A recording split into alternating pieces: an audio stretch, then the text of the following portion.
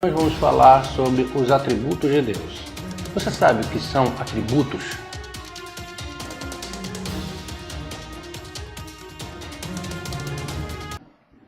Saudações a todos, graça e paz. Eu sou o pastor Roberto Fonseca e nós vamos para mais uma aula de teologia, a nossa quarta aula. E hoje nós vamos falar sobre os atributos de Deus. Você sabe o que são atributos? Poderíamos hoje estar falando sobre a concepção de Deus. Porém, devido ao fato de ser um estudo maçante, devido a ser talvez até um pouco prolongado e cansativo, nós vamos estar tratando desse assunto no decorrer de outras aulas, porque nós temos que ver que Deus não foi concebido, aliás, Ele é eterno, mas para o homem Ele tem uma concepção. E qual é a concepção na mente humana? Qual é a concepção de Deus para o homem? Nós já pegamos no decorrer dos outros estudos, nós falamos sobre as correntes ateístas, nós falamos sobre o deísmo, nós falamos sobre a revelação de Deus à humanidade, nós falamos sobre uma série de situações que também são revelações, né? É uma maneira que Deus se revelou à humanidade, é uma maneira que Deus se mostrou ao homem. Só que no estudo da concepção, nós vamos abranger tanto esta área quanto outras áreas que também vão estar influenciadas. Porém, eu julguei melhor que nós não nos detivéssemos nesse assunto pelo fato dele ser maçante, dele ser um pouco, talvez, até mesmo cansativo para se assistir num vídeo. Então eu preferi hoje ver se nós conseguimos estudar sobre os atributos de Deus. Você sabe o que são atributos? Você já ouviu falar sobre os atributos de Deus?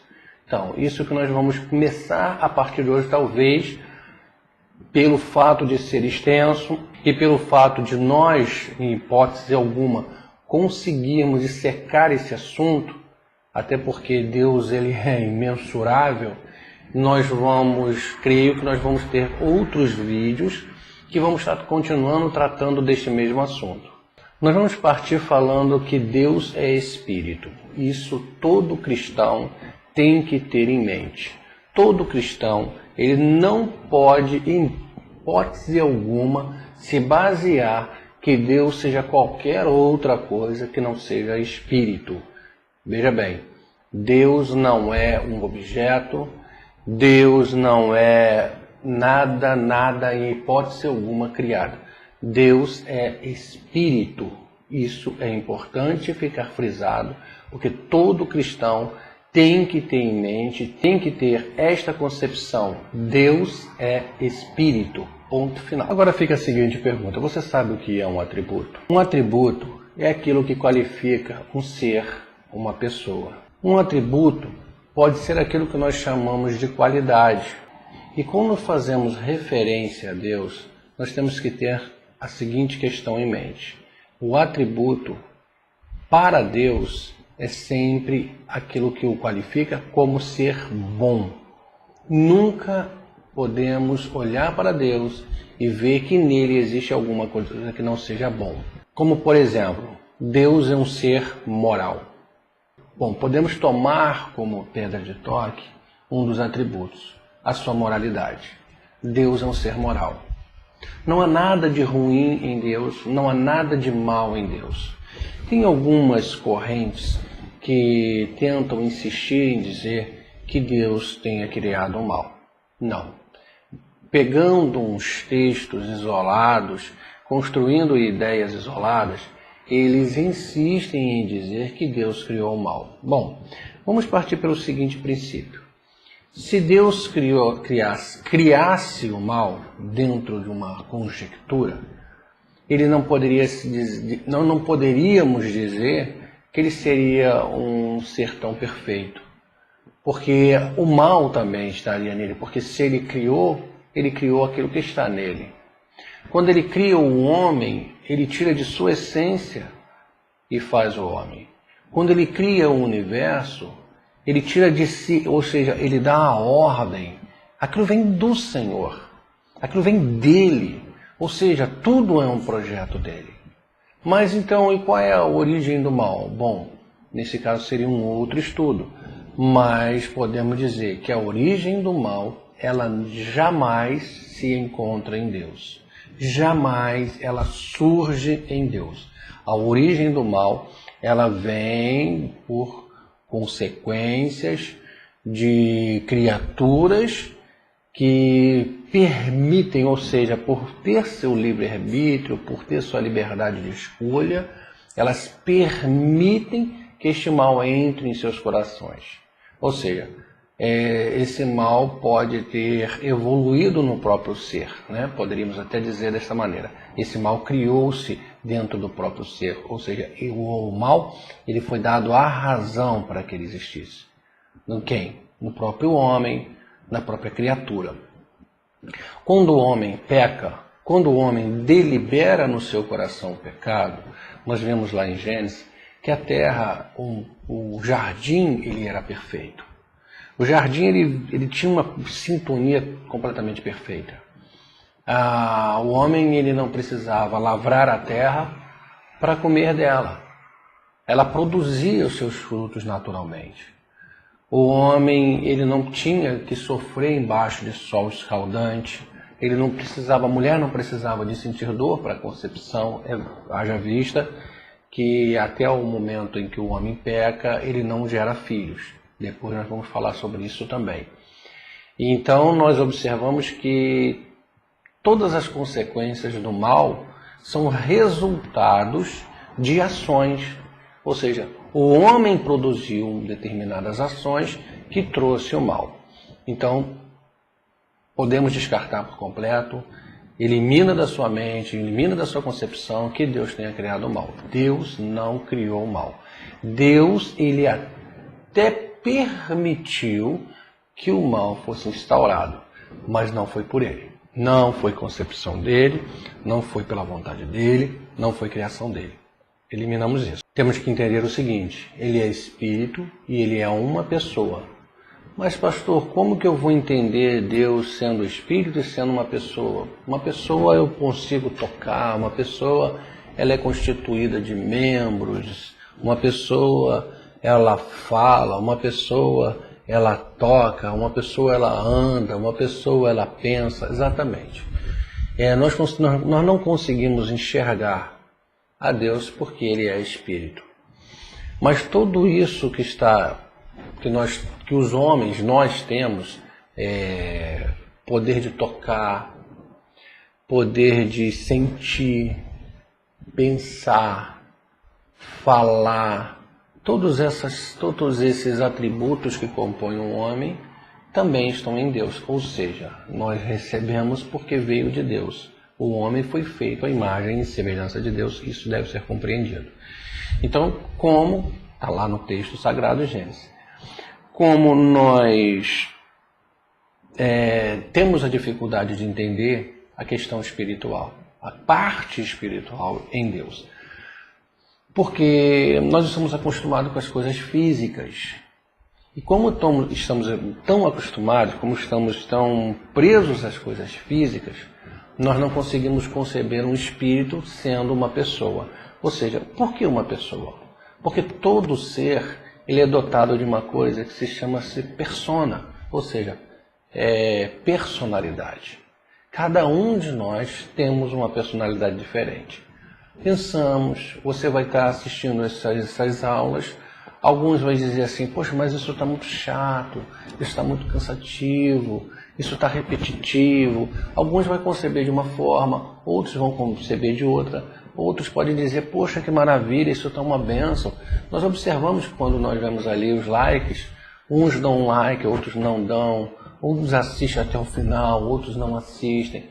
Isso por quê? Porque nós somos pessoas diferentes, nós entendemos de maneira diferente, nós gostamos de coisas diferentes.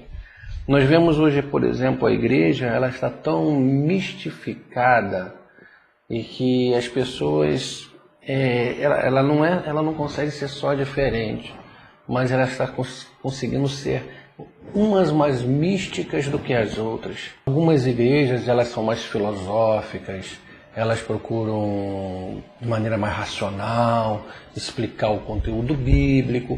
Outras já trazem umas palavras mais assim carismáticas e aqueles movimentos. Outras até extrapolam nos seus movimentos. E outras muito cheias de musicalidades e tal. Enfim, então quer dizer, cada qual se adequando, cada qual buscando fazer, servir a Deus, segundo as suas concepções, segundo aquilo que lhes agrada melhor. Ou seja, porque somos pessoas, somos indivíduos, individualmente nós temos uma personalidade. E isso que faz o ser. E assim como o Senhor. O Senhor, ele é um ser pessoal. Mas então, como se Deus é uma pessoa, ele é um ser pessoal, e como que eu vou compreender a Trindade? Como eu vou compreender Pai, Filho e Espírito Santo, se ali nós vemos três pessoas, se as pessoas, que cada uma das pessoas, ela tem uma personalidade diferente, então eu vou compreender que Pai, Filho e Espírito Santo, eles também têm personalidades diferentes? Não, eles não têm personalidades diferentes. Por quê? Eles são, aliás, na verdade, eles, não dizer eles, já começamos a errar. Ele, o Senhor, Deus, é um só, mas em três pessoas. Pai, Filho e Espírito Santo. Pronto, embaralhou tudo, deu um nó, agora é que a gente não vai conseguir entender mesmo. Peraí, se é um Deus e são três pessoas, então são três personalidades diferentes, porque cada qual tem a sua personalidade. Só que em Deus, a nossa visão, como já falei, ela é física, ela é materialista. Nós tocamos e precisamos ver as coisas com os nossos próprios olhos e com o nosso toque, ou seja, com tato. Nós temos que perceber por sentidos. Se nós não percebemos com os nossos sentidos, ou seja, visão, audição, olfato, de alguma tato, enfim, se nós não sentimos, nós não percebemos com os nossos sentidos, nós não compreendemos. Eu compreendo o ar porque eu sinto o ar. Agora, por exemplo, eu estou com o ventilador ligado, eu estou sentindo o vento do ventilador me tocando. Eu estou ouvindo barulhos, eu estou ouvindo o som da minha própria voz. Então eu estou percebendo com os sentidos as coisas que estão à minha volta.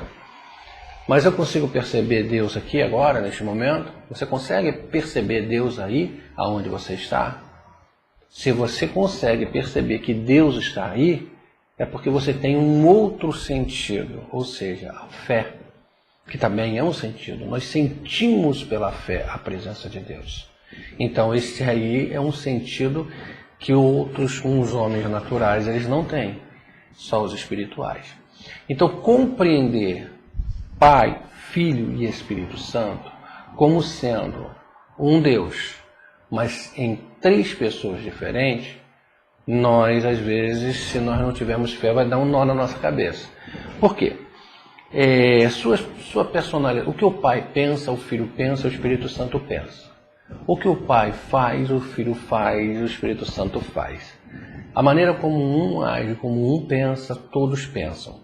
Então, não são três, então seria um só, com o mesmo pensamento. Mais ou menos assim. Não sou unitarista e não vamos partir por esse caminho. Nós não somos unitaristas. A Bíblia não nos ensina a ser unitarista. Bom, nós não vamos encontrar na Bíblia, em momento algum, em lugar nenhum, o termo Trindade. Esse termo é um termo criado pela própria teologia e hoje é muito difundido. Hoje todos conhecem, todos sabem, todos usam esse termo, né, o termo Trindade. Mas como eu não encontro ele na Bíblia, eu posso defender que verdadeiramente a Trindade existe? Bom, nós encontramos quando Jesus fala sobre o batismo, quando é nos ensinado o batismo, que é o batismo em nome do Pai, do Filho e do Espírito Santo. Nós encontramos também um texto que está em 1 João capítulo 5, versículo de número 8, que diz assim, porque três são os que dão testemunho. Veja bem, três são os que dão testemunho. E o Espírito, e a água, e o sangue. Estes três concordam. Ou seja, estes três concordam em um. É um só. É um único Deus, mas em três pessoas. Poxa, mas assim ficou um pouco vago e tal. Vai na sua Bíblia. Leia esse texto. Leia 1 João capítulo 5. Leia com bastante atenção, que você vai entender. Então, nós podemos dizer Pai, Filho e Espírito Santo. Os três são um só. Os três são um Deus, mas são três pessoas. Três pessoas com ações. Três pessoas com ações. O Pai, o justo juiz. O Filho, o que intercede por nós. O Espírito Santo, aquele que nos guia. Ou seja, aquele que hoje nos guia em toda a verdade. Então, são os três. Pai, Filho e Espírito Santo. Partimos dessas fundamentações básicas sobre esse atributo de Deus de justiça, de um ser moral, né? Ético. Me esqueci desse termo, ético, porque Deus ele é um Deus moral e ele é ético. Deus ele não faz nada que contrarie a sua própria palavra. Nós não podemos, inclusive é até interessante observar isso, que as nossas orações elas têm que estar sempre em consonância com a palavra de Deus. Nós vemos algumas orações que você pode dizer, essa oração ela não veio de Deus e essa oração não vai ser ouvida. Por que essa oração não vai ser ouvida? Porque existem algumas orações com sentimentos de vingança. A pergunta seria, aonde estaria Deus dentro de um contexto onde existe este tipo de sentimento? Aonde existe um desejo de vingança? Bom, Deus não está nesse negócio. Eu já vi orações desse tipo. Como, por exemplo, orações a anjos. Não se faz orações a anjos. Nós falamos diretamente com Deus. Então são coisas que, se nós pararmos para analisar, existem orações que estão contra a palavra de Deus. Quando seus discípulos eles não sabiam orar, ou não sabiam como deveriam orar, Jesus lhes ensina, nos dando um modelo de oração. E nesse modelo de oração, que é Pai Nosso que estás no céu, santificado seja o teu nome, nós já começamos a observar que o Senhor já começa a mostrar, nos mostrar parte dos atributos de Deus. Ou seja, que Deus é Pai. Qual é a concepção para um judeu? Qual é a concepção na época de um pai? Temos que entender isso. Qual era a ideia? Como que as pessoas concebiam um pai? O que era um pai naquela época? Então, o que é um pai nos dias de hoje? Bom, nos dias de hoje nós temos visto que tem muitos pais aí que não são nada, né? Mas naquele tempo, o pai era aquele que sustentava. O pai era o provedor. O pai, ele era responsável pela família. Ele era o condutor da família. Ele era aquele que educava, porque se alguém tivesse uma condição mais abastada, eles tinham lá uns escravos cultos, né, que chamavam de aios, e os aios, eles educavam seus filhos. Mas pessoas mais humildes, pessoas mais pobres, elas tinham que transferir a educação, né, para seus próprios filhos.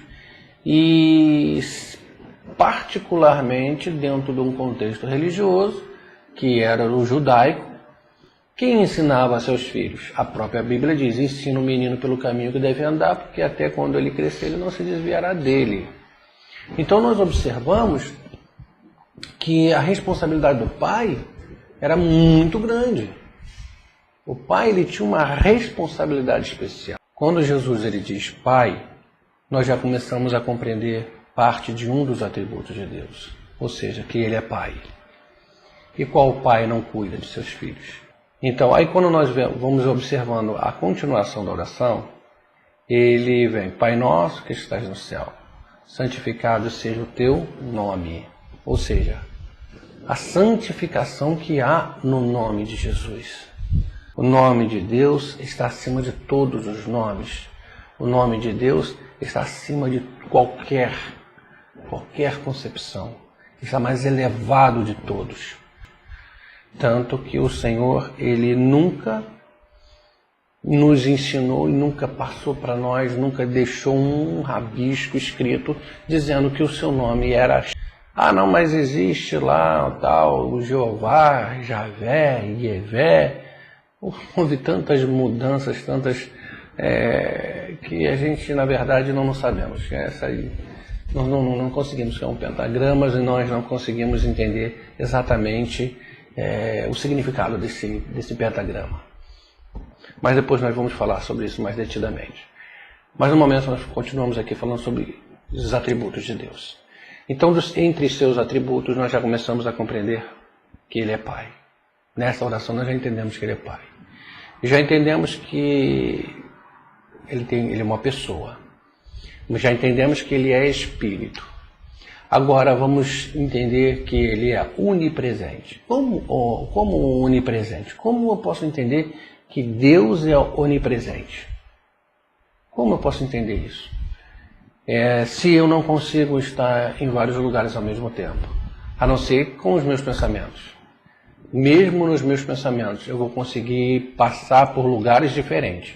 Em questão de segundos ou minutos, eu consigo ir a vários lugares ao mesmo tempo. Por que eu consigo? Porque com a minha mente eu vou me recordando de lugares, e então a minha mente se transporta para aquele lugar, mas fisicamente eu não estou lá. Mas Deus está fisicamente em todos os lugares ao mesmo tempo.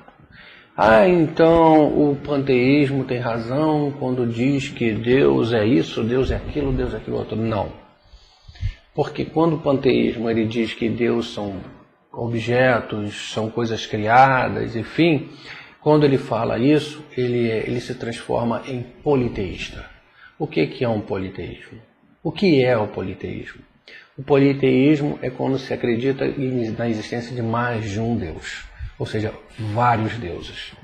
Então, se eu falo que Deus é uma árvore, que Deus é uma pedra, que Deus é uma cachoeira, que Deus é um mar, que Deus é uma floresta, que Deus é um isso, que Deus é aquilo, que eu começo a dizer que Deus é a lua, que Deus é o sol, eu vou dizer que existem vários deuses porque são vários elementos. Então, entramos pelo contexto do politeísmo. Então, descartamos por completo a ideia politeísta e damos sequência à ideia do Deus trino. Ah, mas então, como que eu vou chamar a Deus? Você chama Deus de Deus, ponto. Você não precisa se preocupar com o nome dele, porque o Senhor disse que é santo o seu nome, e ele disse que é daquele que proferir o seu santo nome em vão. Então, são atributos de Deus. Inclusive, ele fala com Moisés, quando Moisés pergunta em nome de que Deus ele iria, ele diz, eu sou o que sou. Pronto. Moisés, fica por aí, eu sou o que sou. Nós vamos ver isso também. Eu sou o que sou, porque isso também é muito interessante e enriquecedor entender. Quando Deus fala a Moisés, eu sou o que sou, é interessante observar isso. Não se esquecendo da onisciência. Por que Deus é onisciente? O que seria onisciente?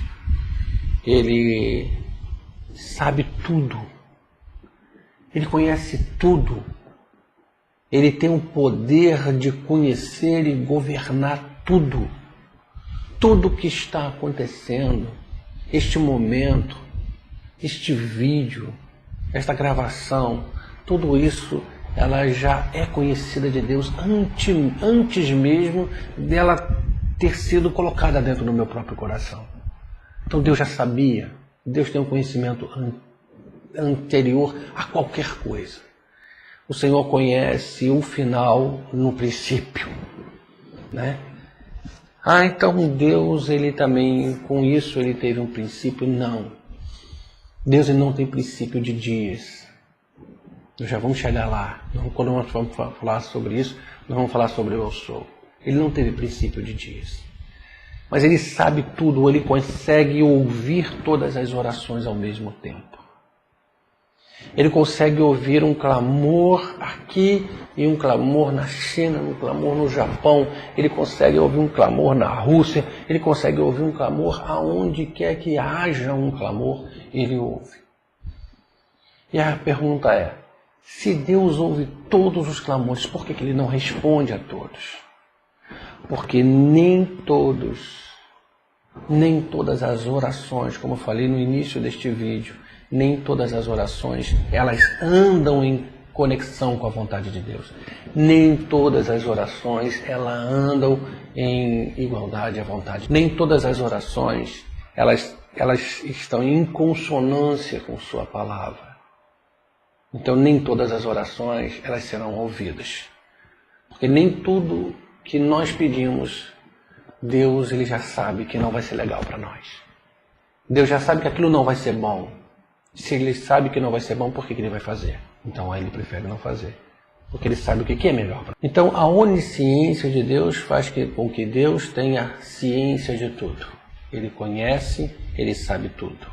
A onipresença de Deus permite com que ele esteja em todos os lugares ao mesmo tempo.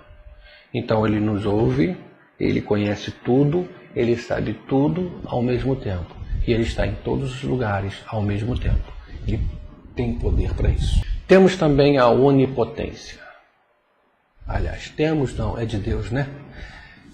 A onipotência de Deus. O que seria um Deus onipotente? Um Deus onipotente é que não existe fronteiras para ele. Não existe limites para o seu poder. Deus pode tudo em todos. Porque todas as coisas a ele é possível. Nós não podemos, nós somos limitados e finitos.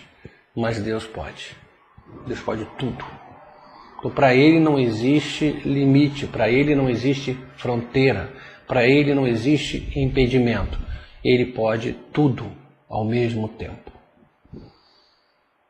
Ele pode, ele não existe impedimento para ele. Ele pode, como ele pegou o homem e formou do barro, como ele criou tudo e disse, haja, ele pode, se ele quiser, desfazer tudo agora e refazer tudo de novo. Então por que ele não faz? Porque existe uma promessa e ele não vai contra a sua palavra. Porque existe um outro atributo, que é a ética. Deus é ético. Ele respeita a sua própria palavra. Ele mantém a sua palavra. E a Bíblia diz que Deus é o mesmo ontem, hoje e eternamente. Ele é imutável. Jesus é o mesmo ontem, hoje e eternamente. Ele é imutável. O Espírito Santo é o mesmo ontem, hoje e eternamente. É imutável.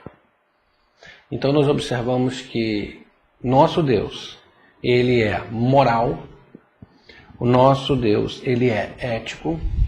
O nosso Deus, ele é pessoal. O nosso Deus, ele é onisciente, onipresente, onipotente.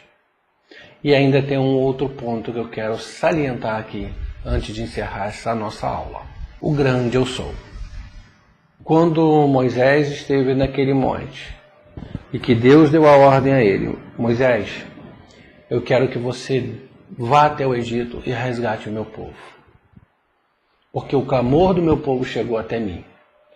Quando essa ordem é dada a Moisés, ele fica meio que apavorado, meio assustado, sem saber exatamente o que ele deveria fazer.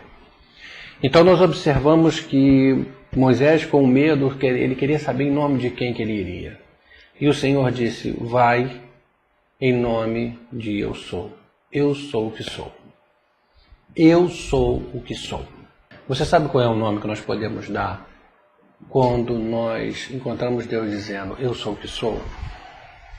Nós vemos aí mais um atributo. Sabe qual é esse atributo? Chama-se independência. Mas independência é algo muito bom. eu quero ser independente. Não, nós lutamos pela nossa independência. Nós vemos as nações lutaram por sua independência. Ou seja, sua liberdade, liberdade de expressão, liberdade. Só que existe um grande problema nisso tudo. Ninguém é livre. Ninguém consegue sua liberdade plena. Porque nós, na verdade, estamos sempre dependendo de uma coisa ou de outra. Para defender uma tese, eu vou depender de uma outra coisa que eu vou me escorar para poder defender essa mesma tese. Se eu não tiver nada nas minhas mãos para te apresentar e defender a minha tese, você vai dizer, não, sua tese não tem fundamentação. Por quê? Porque eu não tive nada aonde eu pudesse fundamentar a minha tese. Aí quando eu falo assim, Deus existe, mas como que você vai fundamentar a sua tese de que Deus existe? Pegamos numa outra aula, onde nós falamos sobre que não é possível provar a existência de Deus. Mas quando nós falamos que Deus é independente, eu já começo a partir por esse pressuposto de que eu provo a existência de Deus. Peraí, mas como você vai provar se você acabou de dizer que é impossível provar? É justamente por causa da sua independência, porque não depende de nada para provar que ele existe.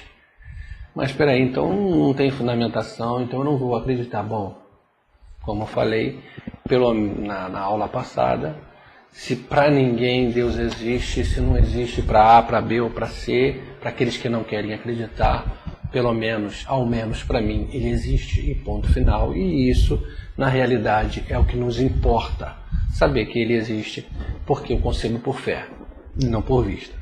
Então, Deus, ele é independente. O que seria a independência de Deus? Deus não dependeu de ser criado, ele existe, ponto.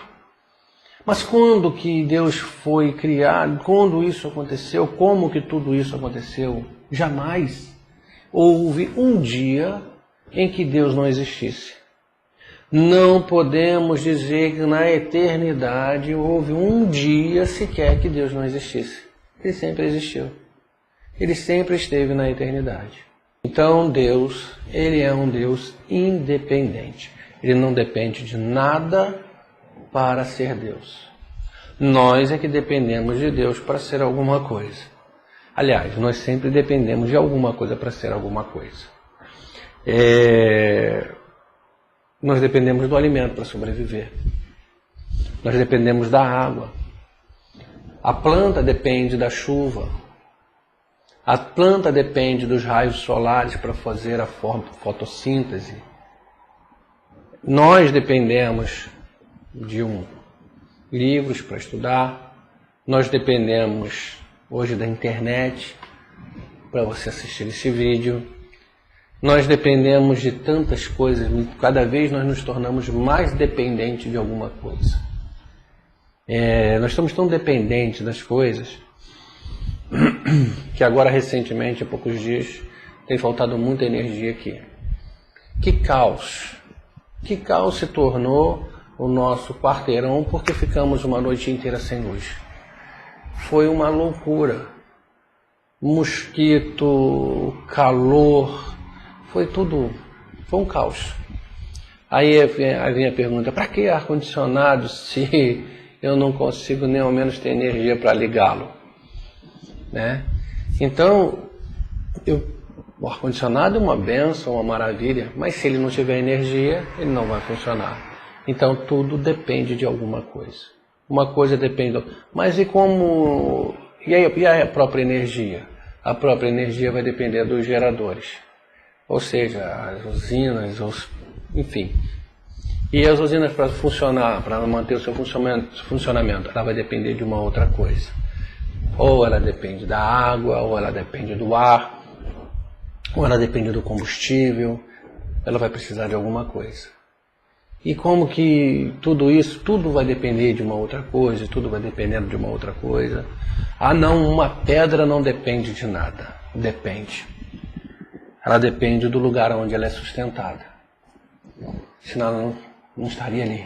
Então ela precisa, para se manter ali, ela precisa de alguma coisa. Enfim, então tudo depende de alguma coisa. Depende do ar, depende da atmosfera, depende do espaço que ocupa, enfim, tudo depende de alguma coisa. E Deus? Deus não depende de nada. E tudo depende dele. Espera aí. Vou repetir mais uma vez. Deus não depende de nada e tudo depende dele. Pronto. É só isso. Sabe como é que nós resumimos isso?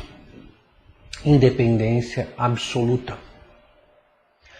O único ser que tem independência absoluta é Deus. As pessoas às vezes dizem assim: ah, não, eu não preciso de ninguém, eu não preciso. Cedo ou tarde ela vai precisar. Ela precisa do encanador, porque ele não sabe fazer o encanamento da sua água. Vai precisar do eletricista, porque não sabe consertar a sua parte. Não, mas eu pago. Independente, pagando ou não pagando, você vai depender. Você vai depender do dinheiro para poder pagar. Então está sempre dependendo. E Deus? Independência absoluta. Ele não depende de nada. Simplesmente, Deus não depende de nada. E o grande eu sou? É isso aí. Independência absoluta. Ele não depende de nada. Ele é autoexistente. Autoexistente. Ele existe por si próprio. Não consigo entender, nem você vai conseguir entender, nem eu consigo entender, e eu acho que teólogo nenhum pode ser o mais erudito de todos, que eu sou muito pequenininho, mas pode ser o teólogo mais erudito de todos, ele não vai conseguir, talvez ele não vai conseguir entender, pode ser um crente mais piedoso que for, ele vai ter dificuldade para entender essa autoexistência de Deus. Porque na nossa concepção, nós sempre imaginamos uma coisa, ela surgiu de alguma coisa. Nós sempre buscamos encontrar um nascimento para alguma coisa, o primeiro dia de alguma coisa, o primeiro ato de alguma coisa. Porque nós somos limitados a isso. Porque para nós, em tudo para nós tem um princípio e tem um fim. Tudo para nós, tudo na nossa visão acaba tendo um princípio e um fim. Por quê? Porque nós vivemos no decorrer da nossa vida essas coisas acontecendo. Então nós estamos tão acostumados a ver essas coisas acontecendo que nós imaginamos que as coisas vão ser assim.